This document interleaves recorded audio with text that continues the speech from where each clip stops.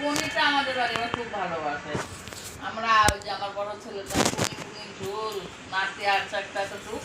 বড় ঘরে ওই ছেলেটাও দেখি পনির খুব ভালোবাসে। পনির রান্না করলে পনির খাওয়া শনিবারের দিন না শরীরে খুব শনিবারে পনির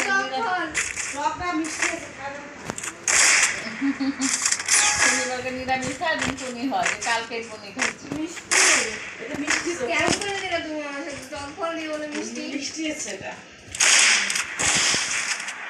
আর যদি হাতে থেকে আনছো তো দুইটা পরে খাইতে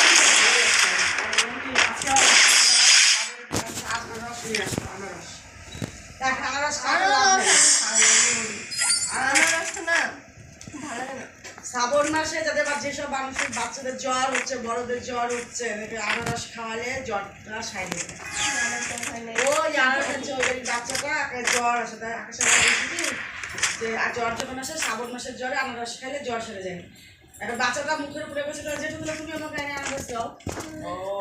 এখন বাচ্চা মানুষ মুখের উপরে পড়ে ফেলছে তাই নিল আনারস।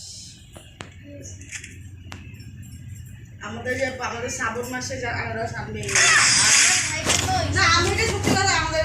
যে সিজনে যে ফল ওটা আমাদের আনবে খাওয়া হবে এই যে এই জিনিস